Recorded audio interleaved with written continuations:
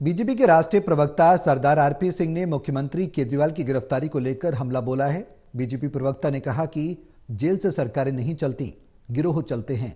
BJP प्रवक्ता सरदार RP Singh ने भ्रष्टाचार को बड़ा मुद्दा बताते हुए कहा कि अपनी गिरफ्तारी की टाइमिंग खुद केजरीवाल ने चुनी है। बीजेपी के राष्ट्रीय प्रवक्ता सरदार आरपी सिंह इस वक्त हमारे साथ हैं। जिस तरीके से दिल्ली में और एलजी ने भी साफ किया है कि जेल से सरकार नहीं चलेगी, लेकिन ये जो सवाल उठ रहे हैं कि ऐसा कोई नियम तो है नहीं, कायदा कानून तो कहता नहीं कि वहाँ से नहीं चला सकते आप। नहीं, कोई कानून भी नहीं है और ये सब दिल्ली की जनता ने जो मैंडेट दिया है ये उसका उपहास उड़ा रहे हैं, उसका मजाक उड़ा रहे हैं। दिल्ली की जनता ने इसलिए मैंडेट नहीं दिया कि आप घोटाला करोगे, पैसे कमाओगे, भ्रष्टाचार करोगे, जेल में जाओगे, फिर वहाँ से सरकार चलाओगे। दिल्ली की जनता ने मैंडेट दिया था कि दिल्ली का सुधार होगा। इसलिए नहीं मैंडेट दिया था कि आप बड़ा बड़ा शराब घोटाला करोगे फिर जेल में जाकर सरकार चलाओगे। एक दूसरी बात, कोई कानून भी नहीं है, देश का कोई कानून नहीं कहता कि कोई व्यक्ति जेल से कोई अपना काम कर सकता है, निजी क्रिया कर सकता है या कोई सरकारी क्रिया कर सकता है या अपना धंधा पानी कर सकता है। ऐसे तो कोई भी व्यक्ति जेल जाए और जेल में जाकर काम करे। हाँ, कुछ लोग करते हैं जेल से काम, वह गैंगस्टर हैं और ये उसी रंग से कुछ काम करना चाहो तो पता नहीं।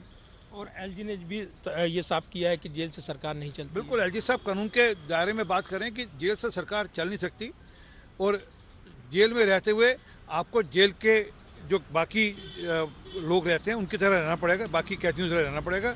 यही कंडक्ट है और कहीं भी कानून के अंदर नहीं लिखा हुआ कि जेल से सरकार चल सकती है। अभी तक दोष सिद्ध नहीं हुआ है और ये राजनीतिक आरोप भी लग रहे हैं बीजेपी पर कि केंद्रीय एजेंसियों का दुरुपयोग हो रहा है और निष्पक्ष नहीं है एजेंसियां, और इसीलिए राजनीतिक वजह से केजरीवाल को निशाना बनाया गया है। जो दलीलें दी गई हैं उनके वकील की ओर से कि चुनावी टाइमिंग में एन वक्त उनकी गिरफ्तारी हुई है केंद्रीय एजेंसी की ओर। मैं बिल्कुल मानता हूँ एन वक्त उनकी गिरफ्तारी हुई है और चुनावी टाइमिंग पे हुई है, परंतु वो टाइम चुना किसने?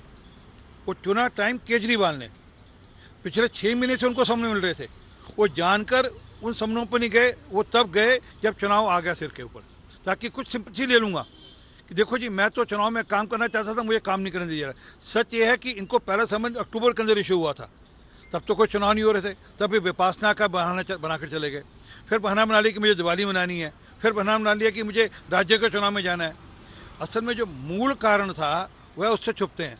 वह जो कोर्ट में जाकर बोले भी, वह कारण था कि मुझे अरेस्ट मत करो, मैं पेश होने को तैयार हूँ, मुझे अरेस्ट मत करो और मेरी वीडियो कॉन्फ्रेंस कर लो या ईडी मेरे घर पे आ जाए।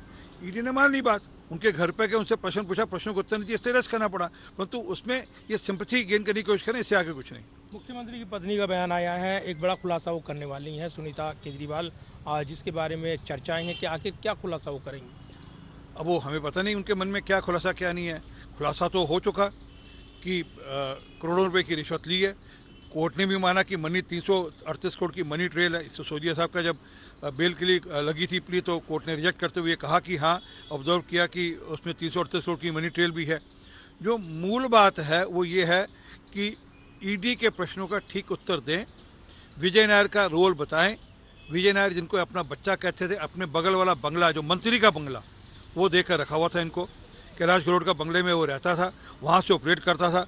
वो किस तहत उसको बंगला देकर रखा, वो किस ऑर्डर से उसको बंगला देकर रखा जहाँ से उससे काम कराते थे, परंतु हाँ घोटाला कराते थे, इस चीज़ को शरण दे रखी थी। वो विजय नायर के प्रश्नों को उत्तर दे दें जो विजय नायर ने ईडी को बताया।